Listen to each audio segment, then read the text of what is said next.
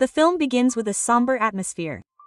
Two innocent sisters, Spider and her younger sister, stand weeping before their mother's corpse. Their mother died the previous night from an overdose of drugs. With hearts filled with grief, they silently pick up her mother's body and hide it in an old trunk in a nearby shed. Spider's younger sister, tearfully expressing her love for her mother one last time, takes out her last memento, her lobster, and keeps it with her. As the older sister, Spider is both grief-stricken and fearful that if anyone outside learns of their mother's death, the authorities will separate them, leaving them forever. However, Spider, unwilling to lose her younger sister, decides to pretend their mother is still alive. The next morning, the two sisters leave for school as usual. However, the younger sister has also worn her mother's locket. Therefore, Spider tells her to remove it and keep it at home. Even after reaching school, she reminds her not to tell anyone about her mother's death. Later, to ease her heart, Spider tells her best friend about her mother's death, on the condition that she doesn't tell anyone, adding that she doesn't want to lose her little sister under any circumstances. Her friend, while saddened, decides to help and encourage her. However, the very next evening, an act by her younger sister frightens her. Because she came home from school with her friend and her grandmother, Spider panics and scolds her, warning her not to bring anyone home, let alone anywhere near the house, because people might come and find out the truth. But besides the fear of people finding out, another problem also arises. Their food supplies are slowly running out, and their mother's monthly income is still 6 days away. So they decide to somehow survive the next 6 days, eating less. But suddenly, their mother's friend, Ree, comes to visit. Spider, to avoid him, lies, saying that their mother left with another woman an hour ago. Ree suspects Spider is probably lying. But for now, he says, "Be sure to call me when my mother returns." With that, he leaves. Her sister, in a panic, repeatedly insists that Ree might return. Angrily, Spider yells at her, causing her to sit next to her mother's body and cry. Spider then goes to her, hugs her, and explains that Ree is just a drug addict. When he realizes his mother doesn't want him, he'll go to someone else. To appease her sister, Spider takes her shopping as soon as she has the money. They buy a lot of food, have fun, and sit outside and eat. Today, after a long time, they had eaten something good. But then the shop worker came out and started taking pictures of them. Spider scolded him and went to him. She tried to delete the photos from his camera, but his camera wasn't digital, so she couldn't. Upon reaching home, Spider told her sister that they were receiving $600 per month from the government, at a rate of $200 per person. And that's because no one knew about their mother's death yet. After that, the two sisters went to sleep, talking about their mother and remembering her. But the next morning, their tension increased. Suddenly, their mother received a call from Child Services, who said she would come to the house to check on them. Both sisters panicked. Spider's sister said, "If we learn the truth, we'll be separated." So, together, they started cleaning their mother's room with KG. Then they find their mother's old teaching certificate, which reveals that she was a teacher before becoming a drug addict. Spider decides to tell the officer that their mother has gone for a bank job interview. But then Spider's sister remembers that their mother's car is still parked outside, which could arouse the officer's suspicion. So, the two sisters try to hide it together. Spider doesn't even know how to drive, but somehow manages to get it out of sight. The next day, when the officer arrives home, they both say their mother has gone for a job interview and try to portray her as a responsible and loving mother. The officer also thoroughly checks their entire house, including the refrigerator and their mother's room. After concluding everything is fine, she leaves, telling them to call when their mother returns. They both breathe a sigh of relief for now, but they know the officer will return in a few days. So the next day, Spider decides to run away and goes to the bus station to inquire about the ticket prices. But the receptionist, knowing she's only 15, tells her not to wander around alone. Convinced by his words, Spider leaves and returns to the store to buy some essentials. There, she meets the cameraman, the shop worker.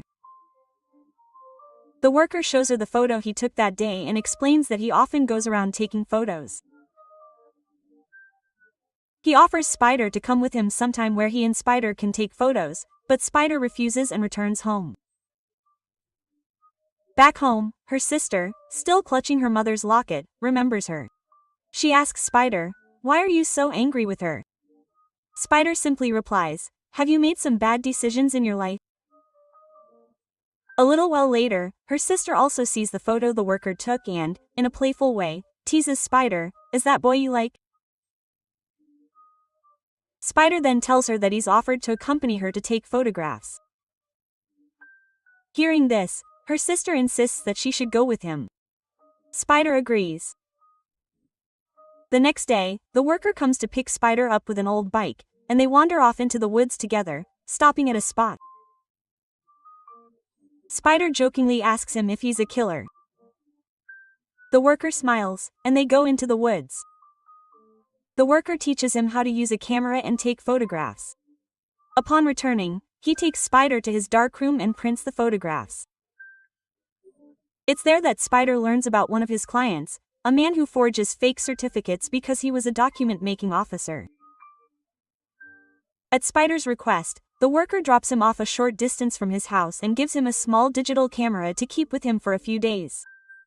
Upon arriving home, both Spider and his sister are overjoyed.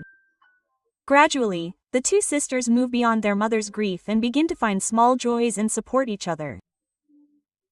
But their happiness doesn't last long.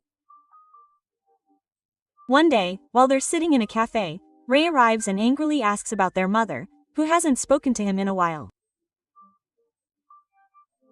He threatens Spider, saying that if their mother doesn't want to see him, she should at least return his $300 by Friday. Both sisters are horrified, as they barely have enough money for themselves. In a panic, the next day, Spider goes to a store and sells the digital camera the worker gave her, but only gets $50. So, to make up the remaining amount, she pawns her mother's necklace. That night, she goes to Ray's van, gives her the money, and begs her to stop following them. But Ray begins teasing Spider and saying mean things about her mother. He says, "Your mother is a drug addict. She's always drunk. Quote, if she were in her senses, she would never have sent you here alone." Hearing this, Spider breaks down and runs into the shed, crying. In a rage, she repeatedly kicks the trunk containing her mother's body, shouting, "I hate you because you even befriended a vile person like Ray." Upon arriving home, her sister, terrified, embraces her tightly and asks, "Will Ray leave us alone now?" Spider softly replies, "Yes, but she knows that if Ray discovers their mother's death, the two sisters will be separated." The next day, she begins reading about adoption on the internet. She learns that an 18-year-old sister or brother can adopt younger siblings. But she was only 15. That night, her sister asks her about their mother's locket. But Spider, worried about breaking her heart, holds back the information, saying she's pawned the necklace. Just then, her mother receives a call from Spider's friend's father, who is the sheriff because he's also friends with Spider's mother. He tells her mother in a voice message to call him back, which further panics Spider. The next day, she meets with the worker's client, a document-making officer, and asks him to make fake documents for her, such as a driver's license and birth certificate, to make it appear that she's 18. But she doesn't have the money to pay the officer's hefty fee. Nevertheless, Spider convinces him to make the documents, saying, "I desperately need them." Returning home, she shares her plan with her friend. "I'll take my sister and go to a place where no one knows us." I'll adopt her sister by using a fake ID and pretend to be 18 years old. But for now, I won't tell my sister anything. Quote. Her friend is shocked, but also encourages her. The next day, Spider goes to the store, buys the worker's camera back, returns it, and tells him to leave, saying, I don't have time to spend with him anymore. But the worker coaxes her to hang out with him again, and she agrees. She takes photos with him, and gradually begins to like the worker. But later, while she's at home with her sister, a child services officer suddenly arrives. The two sisters, terrified, hide in the shed where their mother's body was found. However, the officer arrives and begins investigating, calling their mother's phone and leaving a warning voicemail that if she doesn't call back by evening, she'll call the sheriff. In a panic, Spider goes straight to the officer's house to get the fake IDs, but he's not there, and her fake ID hasn't been made. Spider is at a loss for what to do. Her sister also starts asking about their mother's locket again. So Spider tells her the truth. I sold the necklace. Hearing this, her sister is heartbroken. She says, that locket was everything to our mother, but you sold it. Spider explains that her mother loved drugs and was a bad woman. Spider was saying this angrily. Her sister refuses to believe it. Spider then reminds her how their mother treated them badly, and how when she was very young, she left her on the veranda and forgot about her. Hearing her cries, Spider brought her inside and saved her. Spider also tells her that her asthma was also caused by her mother's mistake. When she was in her womb, she took so many dangerous drugs that her lungs weakened before she was even born. Hearing this, her sister breaks down and cries, saying that this can't be true. She then runs out of the house, gasping for breath, and collapses on the spot from an asthma attack.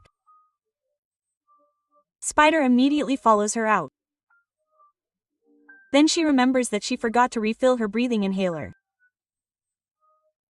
Panicked, she calls 911, but the ambulance will take a while to arrive. Thinking this, she puts her sister in the car and brings her to the hospital.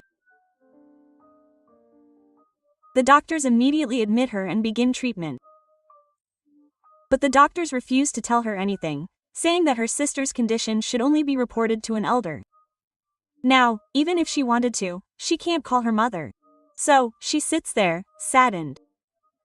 Just then, her friend's father, sheriff, arrives and confirms with the doctor that her sister is fine. She breaks down in tears, blaming herself for her sister's condition because she forgot to refill her inhaler. Sheriff explains that she's her sister, and it's all her mother's responsibility, and asks about her mother. But Spider can't say anything. She whispers, please don't separate us. Just then, her sister is discharged, and Sheriff brings the two sisters to their home. When his wife learns that their mother has been missing for weeks, she tells her husband that the two sisters should stay with her until they find a good family. Then we'll give them up for adoption, Sheriff explains. But Sheriff explains that this isn't easy, as their town already has over 70 children waiting for families, and if these two sisters are added to that list, it will be impossible for them to live in the same home. The next morning, Sheriff drops Spider and her sister off at school. Spider is determined to escape, and her friend forcibly gives her some money to help her. Spider then gets fake IDs from the officer and rushes home, quickly packing up. Her sister, surprised, asks, where are we going? Spider tells her, we have to run. But her sister refuses. She doesn't want to leave her friends and mother like this. But Spider explains that if she doesn't run away, they'll be separated. In anger, she even slaps her. Suddenly, Ray barges into their house, forcibly pins Spider against the wall. He then says, your mother is dead, isn't she? And you're keeping her $200? You've kept it from everyone. If you want me to keep my mouth shut and agree to this, I'll have to give you $200 every month for your mother's sake. Quote. But his intentions are becoming more and more sinister. So, before anything bad happens, the two sisters attack him together, and Spider knocks him unconscious with a baseball bat. Her sister then, sadly, tells Spider, "I don't want to go anywhere." Spider understands her feelings. Then, the two sisters sit together, singing an old song about their mother, and finally decide to tell the police everything. And they do. A short while later, their mother's body is taken away, and the sheriff sits beside them. Spider sadly asks him, "Is what I did wrong?" The sheriff sadly replies, "Whatever you did it to keep your sister together." He assures them he will never separate them. Then, their mother's funeral is held, where the two sisters, with sad hearts and sad faces, place flowers on her coffin. The sheriff's family accepts them as part of their family. They have adopted them so they can never be separated. A short while later, the worker comes to visit Spider. Spider then looks back at her mother's locket, reminiscing about her mother, regretting every bad thought she had about her. Then, when she opens the locket, she sees childhood photos of the two sisters. She now wears the locket around her neck and vows to always take care of her younger sister and never abandon her. And with this, the story of the film ends.